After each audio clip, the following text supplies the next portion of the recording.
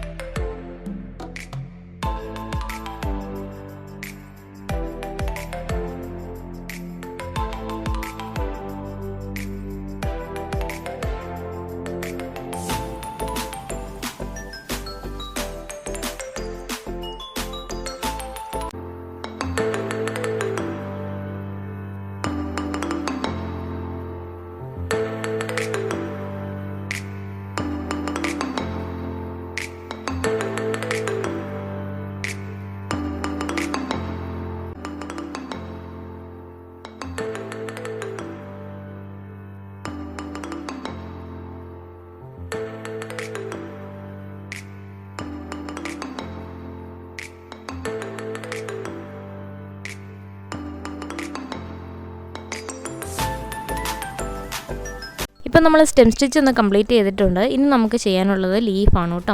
അപ്പോൾ leaf stitch ഞാൻ separate ആയിട്ട് വീഡിയോ ചെയ്തിട്ടുണ്ടായിരുന്നു. അപ്പോൾ നിങ്ങൾക്ക് ഏതാണ് കംഫർട്ടായിട്ടുള്ള രീതി എന്ന് വെച്ചാൽ അതുപോലെ ലീഫ് സ്റ്റിച്ച് ചെയ്ത് കൊടുക്കാവുന്നതാണ് കേട്ടോ. അപ്പോൾ ഞാൻ എപ്പോഴും ചെയ്യുന്ന രീതിയും അതുപോലെ എനിക്ക് എളുപ്പമായിട്ട് തോന്നിയ രീതിയിലാണ് ഞാനിപ്പോൾ ലീഫ് സ്റ്റിച്ച് കൊടുക്കുന്നത്. അപ്പോൾ ഇതുപോലെ നമുക്ക് ലീഫ് കൊടുത്തേക്കുന്ന ഡിസൈൻ ഫുള്ളായിട്ട് ലീഫ് സ്റ്റിച്ച് ഒന്ന് ചെയ്തെടുക്കാം.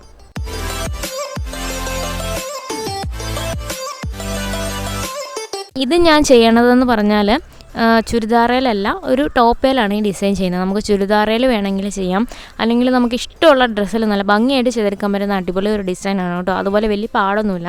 നമ്മളിപ്പോൾ ഫ്ലവറൊക്കെ റിബൺ കൊണ്ടാണ് ചെയ്യണത്, അപ്പോൾ അതുകൊണ്ട് വലിയ പാടൊന്നുമില്ലാതെ നമുക്ക് നന്നായിട്ട് ചെയ്തെടുക്കാൻ പറ്റും. അപ്പം ഫ്ലവർ എന്ന് പറഞ്ഞാലും നമ്മൾ വോവൻ റോസിൻ്റെ ആ ഒരു മോഡലിലാണ് ചെയ്യണത്. നമ്മൾ ചെയ്യുമ്പോൾ ത്രെഡല്ല റിബണാണ് യൂസ് ചെയ്യുന്നതെന്ന് മാത്രമേ ഉള്ളൂ കേട്ടോ. അപ്പോൾ നമുക്ക് ലീഫ് സ്റ്റിച്ച് ഒന്ന് കംപ്ലീറ്റ് ആയിട്ട് ചെയ്തെടുക്കാം.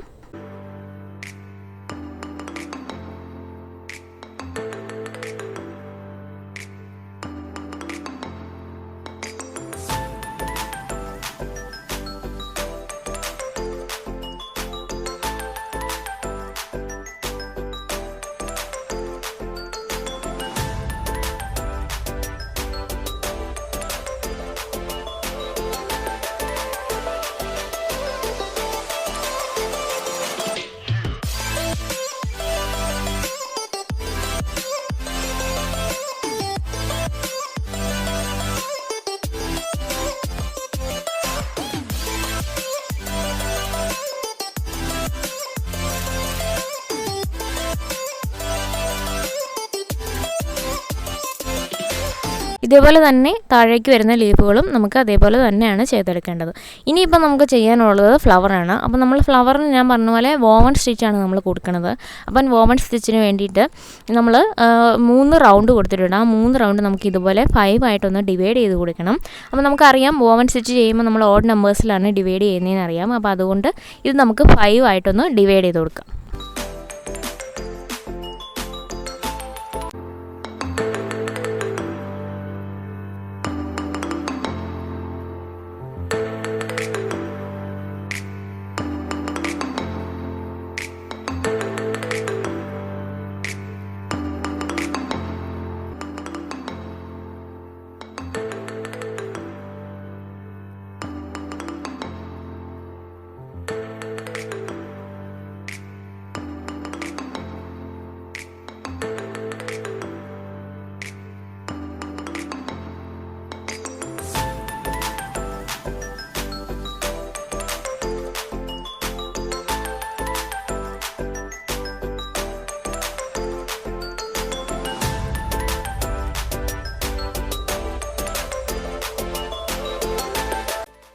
അപ്പോൾ അതുമായിട്ടുണ്ട്. ഇനി നമുക്ക് റിബൺ ഇതുപോലെ ചെയ്ത് കൊടുക്കണം. അപ്പോൾ നമ്മൾ ഇതുപോലെ നല്ല വലുപ്പത്തിലുള്ളൊരു സൂചിയാണ് എടുത്തേക്കണം കേട്ടോ. അപ്പോൾ അതുകൊണ്ടാണ് നമ്മുടെ റിബൺ കടക്കുന്ന ഒരു വലുപ്പത്തിലുള്ള സൂചിയാണ് എടുത്തേക്കുന്നത്. നമ്പർ പറയാൻ എനിക്കറിയില്ല. അപ്പോൾ ഇതേപോലെ നമ്മൾ വോവൺ റോസ് ചെയ്യണ പോലെ ഇതൊന്ന് കംപ്ലീറ്റ് ചെയ്തെടുക്കാം. അപ്പോൾ വോവൺ റോസിൻ്റെ സ്റ്റിച്ചൊക്കെ ഞാൻ സെപ്പറേറ്റ് ആയിട്ട് വീഡിയോ ചെയ്തിട്ടുണ്ട്. എന്തെങ്കിലും സംശയം ഉണ്ടെങ്കിൽ നിങ്ങൾക്ക് നോക്കിയാൽ മതിയാവും കേട്ടോ.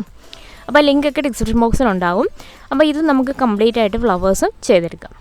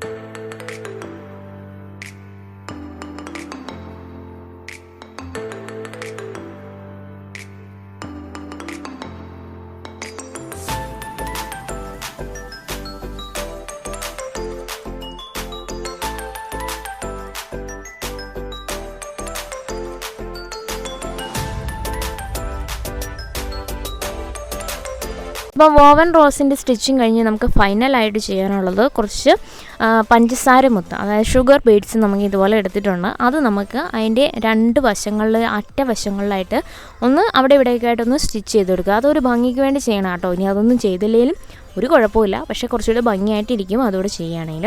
പിന്നെ നമ്മളുടെ കയ്യിൽ ബീഡ്സ് ഉണ്ടെങ്കിലും നമ്മുടെ ഫ്ലവേഴ്സിനുള്ളിലൂടെ ഓരോ ബീഡ്സൂടെ വെച്ച് കൊടുത്താൽ നമ്മുടെ വർക്ക് കംപ്ലീറ്റ് ആയിട്ടുണ്ട്. അപ്പം നമ്മുടെ ഔട്ട്ലുക്ക് എന്ന് പറയുന്നത് നല്ല ഭംഗിയായിട്ട് കിട്ടിയിട്ടുണ്ട്. അപ്പോൾ നിങ്ങളിതൊന്ന് ട്രൈ ചെയ്ത് നോക്കണം. അതുപോലെ ഇഷ്ടമായിട്ടുണ്ടെങ്കിൽ സപ്പോർട്ട് ചെയ്യാൻ മറന്നു പോകരുത്. അപ്പോൾ ഇനിയും നല്ല നല്ല വീഡിയോസുകൾക്കായിട്ട് നമുക്ക് കാണാം. Take care, bye bye, thank you.